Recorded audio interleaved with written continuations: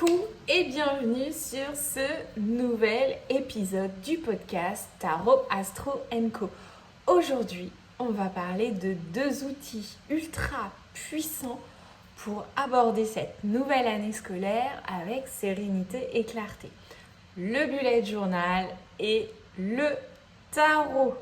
Donc, dans cet épisode, je vais clairement te donner 8 conseils pour avoir une organisation sereine toute l'année grâce à ces outils. Mais avant de plonger dans ces 8 conseils pratiques, on va prendre un moment pour que je t'explique ce que sont ces outils et comment ils peuvent t'aider à transformer ton organisation au quotidien, puisque l'idée, c'est bien de gagner du temps et de vivre une année beaucoup plus sereine, de s'améliorer d'année en année. Alors d'abord, je vais te présenter le bullet journal, souvent appelé Bujo. C'est un système d'organisation créé par Ryder Carroll. Tu peux retrouver son livre La méthode bullet journal, comprendre le passé, organiser le présent, définir l'avenir. Tu vois que moi, je suis en train de bouquiner, en train de le rebouquiner. Je connais bien cette méthode, mais je n'avais jamais pris le temps de lire le livre. À première vue, le bullet journal, en fait, c'est un simple carnet qui combine la fonctionnalité d'un agenda, d'une to-do list, d'un carnet de notes et même d'un journal intime, le tout dans un seul et unique carnet. Sa force, en fait, réside dans sa flexibilité. Tu peux le personnaliser, à ta guise pour répondre à tes besoins. Et tu peux voir aussi qu'il évoluera de semaine en semaine, de mois en mois et bien sûr d'année en année. Tu peux planifier dedans ta journée, suivre tes habitudes, te fixer des objectifs sur le long terme. Le bullet journal, en fait, il te permet vraiment de structurer ta vie de manière efficace tout en te laissant la liberté d'exprimer ta créativité. Alors, tu peux aller voir sur Pinterest notamment, sur Instagram, plein de bullets magnifiques. Et souvent, ça fait peur. Souvent, on se dit « Ah mais non, mais moi, j'aurais jamais la capacité de faire quelque chose d'aussi joli. » Sache que ce n'est pas la fonction numéro 1 du bullet journal. Effectivement, tu peux en faire quelque chose de joli. Et encore, tu peux en faire quelque chose de joli pour toi. Ça n'a pas besoin d'être une œuvre d'art. Mais en tout cas, le bullet, c'est censé être un simple carnet qui t'aide et te permet de t'organiser. Là, si tu es sur le podcast, tu ne peux pas voir, mais j'ai mon bullet, moi, dans les mains. Mon bullet que j'ai commencé, le tout premier bullet que j'ai commencé, c'était en 2017. Alors, ça commence à dater. Et au début, je me suis un petit peu fait... Je me suis fait prendre au piège, en fait, je voulais absolument quelque chose de très joli. Je voulais faire des dessins, faire des bordures à mes pages, etc. Quelque chose que j'ai complètement laissé tomber d'année en année. Et maintenant, il est beaucoup plus simple. C'est-à-dire que je ne mets plus de couleurs, ou quasiment plus. Je n'utilise que mon stylo noir préféré. Et mes pages de garde, pour les mois par exemple, sont elles aussi très simples. Donc voilà, il n'y a plus dans mon bullet de fioritures, etc. Peut-être que ça reviendra à un moment. De temps en temps, il m'arrive de faire un petit dessin ou de coller une image, par exemple là. Mais voilà, ça reste très léger. Et donc maintenant, c'est vraiment un carnet d'organisation qui m'accompagne au quotidien. D'ailleurs, que j'ai dans ma pochette avec mes stylos préférés, mon bullet et mon tarot. Donc le deuxième outil, transition parfaite, transition magnifique, c'est bien sûr le tarot. Le tarot comme outil d'organisation. Le tarot, il est souvent associé à la divination ou à l'introspection spirituelle, mais il peut aussi être un excellent outil d'organisation.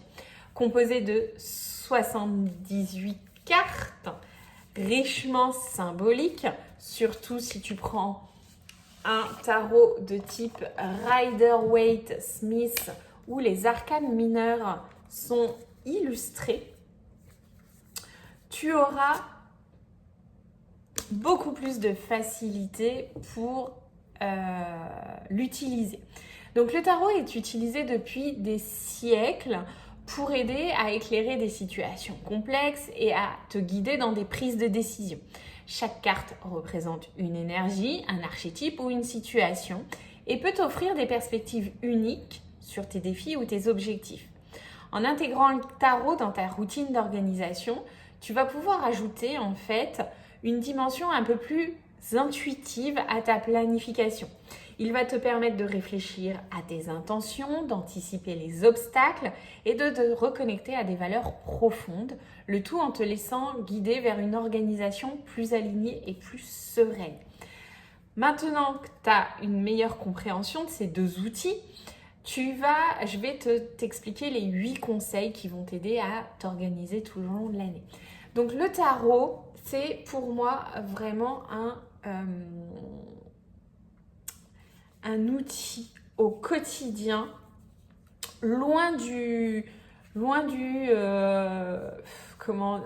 folklore de Madame Irma, sa boule de cristal, etc. Alors, j'utilise un peu le tarot en divination. D'ailleurs, tu peux me suivre sur ma chaîne YouTube, d'ailleurs sur le podcast aussi. Je te fais chaque mois les énergies du mois avec le tarot. Tu vas voir que d'ailleurs dedans, je te donne pas mal d'outils d'organisation à chaque fois. Mais on est loin, je suis loin d'une utilisation en divination pure. Je l'utilise aussi beaucoup pour mon introspection personnelle et pour mon organisation, donc dans mon bullet journal. Alors, on va aller voir un petit peu les 8 conseils que je peux te donner pour avoir une organisation la plus sereine possible pour cette année. Alors, le conseil numéro 1, ça va être clarifier tes intentions avec une séance de tarot, bien sûr, que tu le fasses pour toi ou que tu ailles demander à une tarologue, à un ou une tarologue ou cartomancienne de te tirer les cartes pour clarifier tes intentions. Donc, avant de plonger dans l'organisation pure de ton emploi du temps, tu vas prendre un moment pour te reconnecter à tes intentions.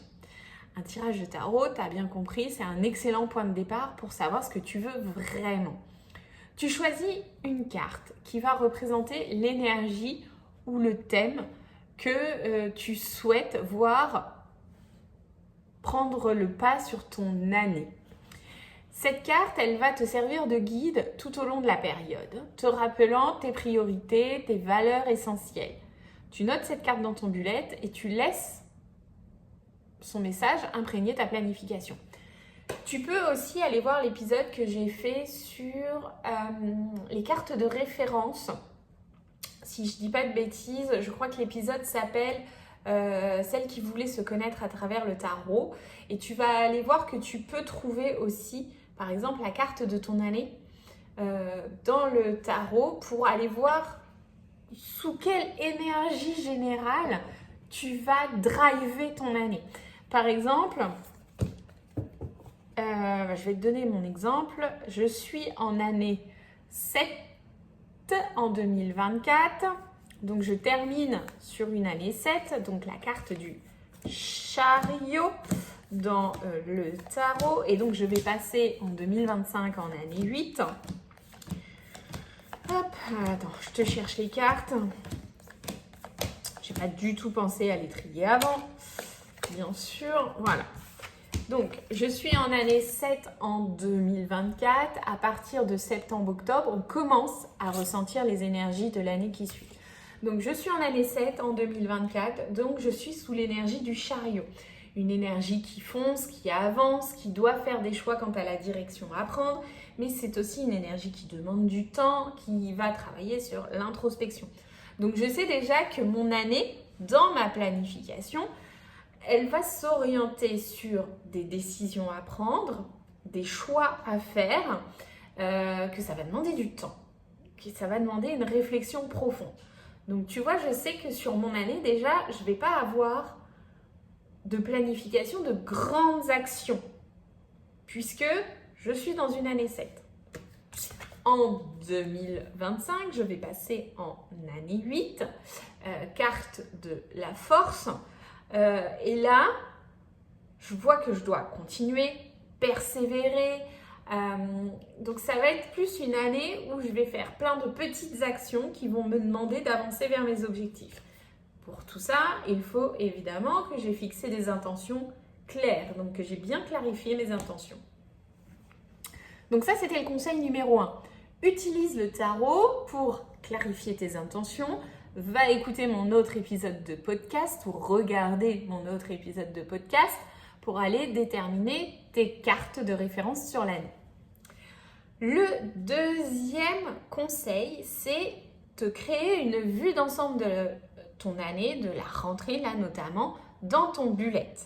Une fois que tu as tes intentions, qu'elles sont claires, tu prends ton bullet et tu commences par créer une vue d'ensemble de la rentrée. Tu utilises une double page pour établir une vision globale des semaines à venir, noter les événements importants, les échéances, les objectifs clés. Cette vue d'ensemble, elle va te permettre de garder un œil sur les grandes lignes tout en planifiant au détail au jour le jour. Tu vas planifier les détails au jour le jour. Elle va t'aider à rester centré et à éviter de te laisser submerger par les tâches du quotidien. Donc, tu prends ta double page. Tu fais, par exemple, tu te crées déjà les premières semaines de septembre et puis tu vas aller jusqu'à octobre voir les prochaines vacances scolaires qui vont te pousser déjà pour les 6 prochaines semaines. Ça te donne déjà une bonne vision. Tu as déjà une échéance vacances scolaires. Tu sais tout de suite que potentiellement, il y a un autre rythme qui va s'opérer. Que tu aies des enfants ou pas, d'ailleurs, on est tous impactés par les vacances scolaires, puisque même si tu n'as pas d'enfants et que tu ne fonctionnes pas sur un cycle scolaire, tu as autour de toi des personnes qui ont des enfants, dans ton travail, il y a certainement des personnes qui ont des enfants, donc tu sais que ça va être une période où potentiellement il y a moins de monde de disponible, que ça fonctionne un petit peu plus au ralenti. Et donc, si tu planifies déjà ces 6 semaines-là dans ton bullet avec les grands événements, tes grands projets, les événements à venir, les dates à ne pas manquer, tu as déjà une vision d'ensemble à presque 3 mois. Allez, à 2 à 3 mois. Ce qui est quand même déjà assez important pour t'organiser. Tu peux même planifier jusqu'à Noël si toi, tes prochaines vacances sont à Noël.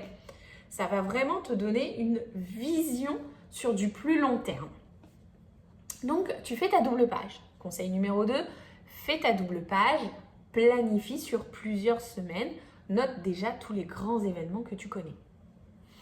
Le conseil numéro 3, c'est d'établir des objectifs réalistes et mesurables. Alors, peut-être que tu connais déjà la méthode SMART. Certainement, tu en as déjà entendu parler. Ce n'est pas forcément ce sur quoi je vais accentuer ce conseil puisque c'est pas mon point fort de fixer des objectifs SMART. Donc, tu vas écrire tes objectifs dans ton bullet. Donc ça, c'est une étape cruciale pour réengager cette nouvelle année. Et quand je dis nouvelle année, je parle de nouvelle année scolaire parce qu'il y a quand même 2 périodes importantes, je trouve, pour s'organiser. C'est vraiment septembre, énergie de la Vierge, on est dans l'organisation, les to-do list, etc. On a un nouvel élan qui s'opère et ce mois de janvier qui est la nouvelle année civile. Donc, tu écris tes objectifs dans ton bullet. Tu t'assures qu'ils sont réalistes et mesurables. Réalistes, ça veut dire que tu peux les accomplir dans le temps imparti. Mesurable, c'est-à-dire que tu peux justifier d'un indicateur de réussite ou d'échec. C'est-à-dire, qu'est-ce que je peux te prendre comme exemple ? J'ai créé un e-book là sur l'été. Ok, mon e-book il est sorti. Pour savoir si c'est mesurable, je veux savoir combien j'en ai vendu. Voilà, ça c'est mesurable. Je peux le mesurer. Je ne peux pas mesurer mon niveau d'intuition, tu vois. C'est beaucoup moins mesurable. Je ne peux pas mesurer non plus, quoique on pourrait toujours le déterminer, mais c'est moins facile. Mon niveau de confiance en moi, c'est beaucoup plus fluctuant déjà. Voilà. Donc, plutôt que de te fixer des résolutions vagues, tu vas les décomposer en petites étapes que tu vas pouvoir suivre et accomplir. Tu vas pouvoir même réaliser, pourquoi pas, un tracker dans ton bullet. Par exemple, si tu souhaites améliorer tes compétences en gestion du temps, par exemple, tu te fixes l'objectif de lire un livre sur le sujet ce mois-ci, puis de noter les chapitres à lire chaque semaine. Ça va te permettre de rester motivé et de constater tes progrès. Tu vas réaliser un tracker, en fait, avec un petit check à chaque fois que tu as lu un chapitre, chaque fois que tu as lu un livre. Donc, le conseil numéro 3, établir des objectifs réalistes et mesurables. Le conseil numéro 4, c'est te planifier, te prendre des moments de réflexion accompagnés de ton tarot. Tu vas intégrer ces moments de réflexion régulièrement dans ton emploi du temps pour maintenir une clarté d'esprit. Chaque semaine, tu peux te créer un tirage de tarot pour faire le point sur tes expériences, tes réussites, tes défis, pour planifier ta semaine. Moi, j'aime bien le faire ça le lundi matin. J'aime bien prendre mon bullet le lundi matin, préparer ma semaine, prendre mon tarot, faire un tirage pour la semaine. Ça me permet de noter toutes mes impressions, tous mes ressentis, d'ajuster mes plans si c'est nécessaire, de voir un petit peu ce que le tarot vient me raconter pour voir aussi comment je me sens, puisque des fois, je peux partir du principe que ça ne va pas être une semaine où je vais être très productive, ou que la semaine d'avant, je n'ai pas été productive et donc je vais aller voir pourquoi. Ça me permet quand même d'être flexible. Même si on a l'impression que le bullet donne un cadre rigide, eh bien en fait, pas du tout. Alors, je te partage un tirage que moi je fais en début de semaine. C'est un tirage en croix. Je te partage ce tirage et puis tu peux l'utiliser à ta guise, hein, bien sûr. J'utilise un oracle et un tarot pour ce tirage. J'aime bien associer les deux. Alors, en carte centrale, je vais aller prendre une carte d'oracle et aller voir un petit peu dans quelle énergie générale je vais être sur cette semaine. Ça va déjà me donner, tu vois, une orientation, des directives. Si je sors la carte, par exemple, je prends l'exemple de l'oracle à haute vibration de, je ne sais plus comment elle s'appelle, Jenna Blossom, je crois. Si je sors la carte, mets ton mental en pause. Ok, très clairement, je sais que cette semaine, mon mental va être en ébullition et qu'il va falloir que je sois peut-être un peu plus centrée sur la méditation, le repos, des exercices créatifs pour me calmer. Exemple. Donc, carte centrale, l'énergie de la semaine, mon énergie à moi, avec un oracle. La carte que je pose, alors quand tu es face à ta table, la carte que je pose à gauche de ma carte centrale, ça va être mon intention pour cette semaine. Qu'est-ce que je vais faire? Qu'est-ce que je veux faire? Qu'est-ce que je veux mettre en place? Ce sur quoi je devrais me concentrer. La carte du haut, ça va être quel sera l'événement majeur de ma semaine. Tiens, ça peut être un point important. Si par exemple, je me rends compte que j'ai rien de prévu dans ma semaine et que j'ai un arcane majeur un peu fort qui me dit, je me dis, ouh, ça va être une semaine assez riche. Ok, il y a un événement qui va être puissant et qui va marquer. La carte à droite de ma carte centrale, c'est une action à mettre en place. Qu'est-ce que je dois absolument faire cette semaine? Et enfin, la quatrième carte, donc la carte qui va se trouver en dessous, c'est le truc que je dois arrêter de faire. Je te donne un exemple beaucoup plus concret. Je vais te prendre, allez, un dernier tirage que j'ai pu faire. Qu'est-ce que j'ai qui date de... Hop. Voilà. Je te prends ma semaine du 15 au 21 juillet. Alors, en énergie générale, j'avais la carte du combattant dans l'oracle. Mince, je ne sais plus comment il s'appelle. L'oracle de la citadelle. Voilà, donc j'avais la carte du combattant. Donc tu sens déjà que ça va être assez fort, que moi je vais me sentir régulièrement agressée, attaquée, que il va falloir que j'arrête d'être toujours sur la défensive, que j'apprenne à respirer, que tout va bien aller. Tu vois déjà ce que te dit la carte. Je me dis, ok, ça promet déjà pour ma semaine. En intention pour cette semaine-là, j'ai eu le chevalier d'épée. Ok, en intention cette semaine, je prends des décisions, je m'arme de patience, de détermination, je suis courageuse et j'avance vers mes objectifs. Ok, intention de la semaine, j'ai mes objectifs en ligne de mire, je sais où je veux aller, j'y vais. En événement pour cette semaine, j'ai eu un 8 de bâton. 8 de bâton qui te parle de rapidité, de nouvelles que tu reçois, de voyages, de déplacements. Effectivement, c'était ma semaine juste avant mes vacances. Je partais en vacances le vendredi de cette semaine. Donc, 8 de bâton, énergie, mouvement, départ en vacances. Effectivement, c'est l'événement marquant de ma semaine. L'action à mettre en place, j'avais eu un 7 d'épée. 7 d'épée, je planifie, j'organise, je prépare tout avec stratégie pour mon retour de vacances. Et enfin, le truc que je devais arrêter, c'était un 7 de bâton. Et donc, je dois arrêter de chercher à toujours me défendre, à me méfier de tout et tout le temps. Tu vois, hop, ça fait bien écho à cette carte du combattant. Voilà pour te donner une idée du tarot et des moments de réflexion que je planifie, plus ou moins, parce qu'ils ne sont pas notés dans mon agenda, mais en tout cas que j'ai dans mon quotidien, dans une routine quotidienne, dans mon bullet, avec mon tarot. Donc, conseil numéro 4, te planifier des moments de réflexion, d'introspection avec ton tarot. Le conseil numéro 5, te créer une routine quotidienne. Tiens, hop, je t'en avais parlé, magnifique transition que je te fais encore. Donc, septembre, souvent, la période de retour des vacances, ça peut être une période qui peut être stressante, challengeante.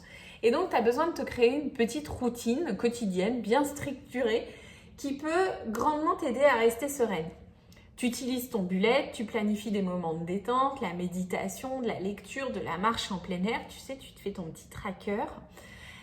Tu peux aussi inclure, comme je te le disais là, ton tirage de tarot matinal. Moi, je le fais le lundi matin, mais rien ne t'empêche de prendre le temps tous les matins de te tirer une carte, que ce soit le tarot ou un oracle. Et ça va te permettre de commencer chaque jour avec une nouvelle intention claire et pourquoi pas une attitude positive. Conseil numéro 5, te créer une routine. Tu vois, quand tu te lèves le matin, par quoi tu commences? Ton petit café, ta douche, méditation, yoga, séance de sport. Qu'est-ce qui te fait du bien et par quoi tu commences?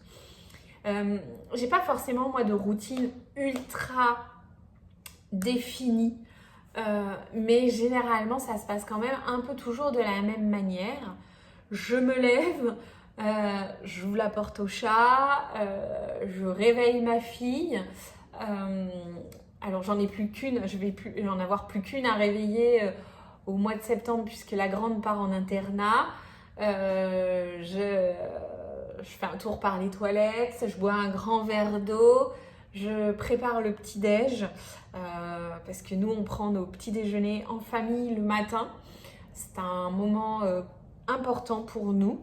Donc je prends le temps de préparer le petit déjeuner. Chacun mange ce qu'il a envie de manger, bien sûr. Hein. Il m'arrive régulièrement de faire des smoothies, des pancakes le matin. Voilà, donc moment de partage en famille.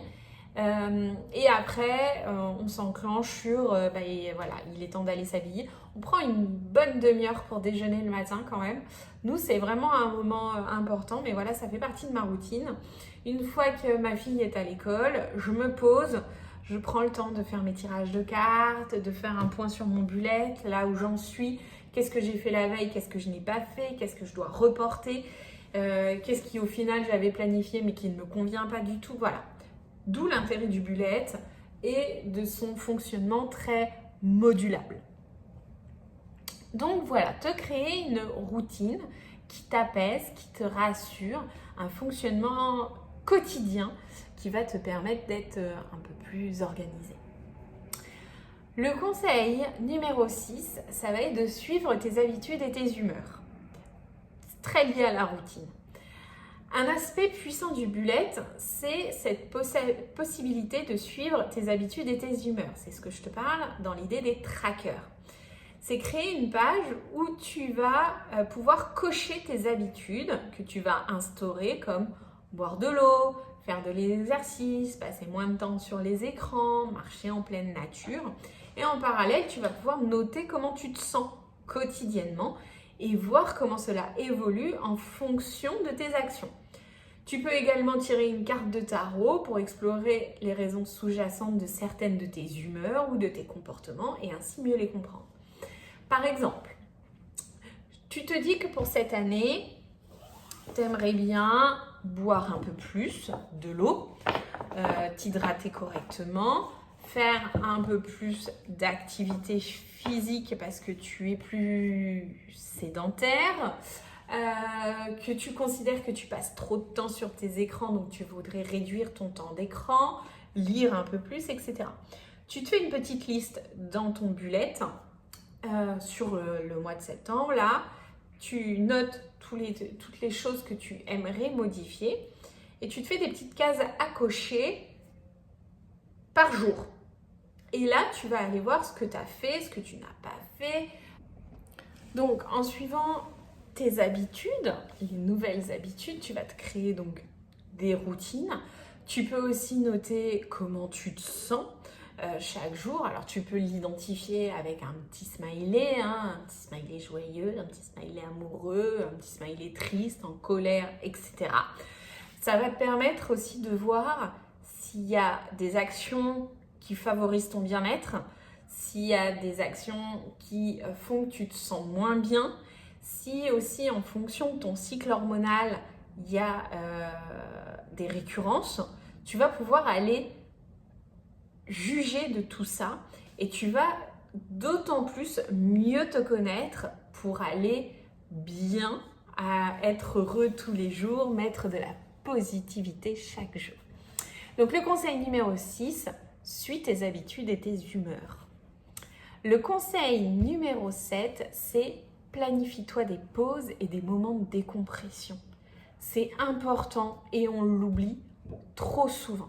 Il est crucial de ne pas surcharger ton emploi du temps. Donc planifie des pauses régulières, des moments de décompression pour éviter le surmenage, la fatigue, le burn-out. Dans ton bullet, tu bloques des plages horaires dédiées à la relaxation, que ce soit pour prendre un bain, écouter de la musique, simplement ne rien faire, méditer, enfin bref, ce que tu veux. Tu peux utiliser aussi le tarot pour tirer une carte, pour voir où tu dois peut-être ralentir, accorder plus de temps et d'attention à ton bien-être personnel. Donc, dans ton bullet, tu peux planifier des moments de pause. Tu peux planifier des moments de pause rien que pour toi, des moments en amoureux, des moments en famille, des moments avec un enfant, un autre, etc. N'hésite pas à t'octroyer ces moments et être un peu égoïste en fait.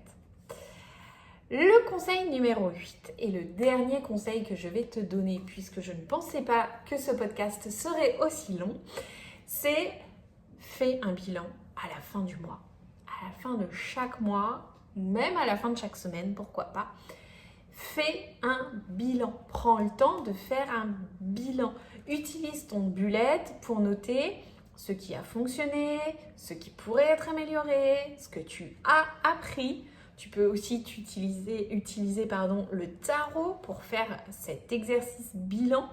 Tu peux voir ce que tu laisses, ce que tu gardes, ce que tu emmènes avec toi le mois d'après. Ça va vraiment te permettre de célébrer déjà tes réussites et de préparer la suite avec encore plus de clarté. Par exemple, ton mois de septembre, ok, tu as des enfants. Allez, on part du principe que tu as des enfants. Je vais prendre mon exemple. Je sais que déjà, mes premiers 15 jours de septembre, ils vont être axés sur les filles. La rentrée au lycée pour la plus grande, l'internat, voir que tout est ok, tous les papiers, tout son matériel, qu'elle a bien tout ce qu'il faut, même si normalement tout est à peu près préparé fin août. La deuxième, elle est au collège. Il y a toujours des fournitures de dernière minute à aller acheter. Il y a aussi les inscriptions dans les activités sportives. Voilà, tu sais que déjà, les 15 premiers jours de septembre, c'est toute une organisation de rentrée. Donc, en gros, je sais que professionnellement parlant, je sais que mes ateliers que j'organise et que je mets en place, ils sont planifiés qu'après la quinzaine de septembre. Parce que je me dis que si moi, je suis déjà occupée comme ça, j'ai quand même des enfants, des ados, donc elles sont assez grandes, elles sont autonomes. Je me dis que ceux qui ont des enfants en bas âge, ils ont à peu près la même organisation que la mienne sur ce début septembre. Donc mes ateliers, clairement, je sais déjà que ça ne sert à rien que je les planifie sur la première quinzaine de septembre. D'ailleurs, mon premier atelier pour septembre, je t'en parle là comme ça, tu as l'info. J'ai une grosse journée le 22 septembre qui est une journée autour du corps, de la libération du corps de la femme avec 3 collègues. J'ai une soirée le 24, un atelier animé avec Géraldine de la Sardine Plastique sur le tarot et la créativité en automne. J'ai un atelier le 26 et le 28 septembre sur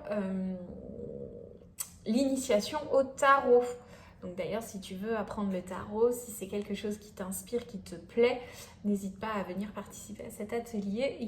J'en ai un en ligne le 26, je crois, et un en présentiel à côté de Toulon le 28. Donc si ça, voilà, je te passe l'info, comme ça tu l'as. Donc voilà, donc tu n'hésites pas à faire des bilans en fin de mois, ça te permet de planifier ton mois d'après. Voilà, on est arrivé au 8e conseil. Donc tu vas pouvoir vraiment combiner la rigueur, la polyvalence du bullet journal avec l'intuition du tarot pour aborder la rentrée, pour aborder cette nouvelle année avec sérénité et efficacité. Tu vas voir que ces 2 outils, non seulement ils vont t'aider à rester organisé, mais en plus à cultiver une connexion beaucoup plus profonde avec toi-même et avec tes objectifs.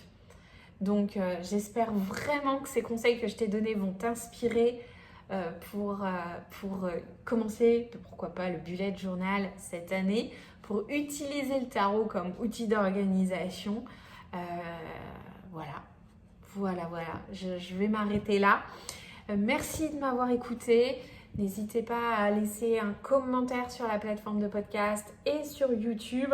Ça permet de faire connaître le podcast. N'hésitez pas à le partager, pourquoi pas à d'autres femmes qui sont à la recherche de conseils pour s'organiser, qui ont besoin d'outils pour s'organiser.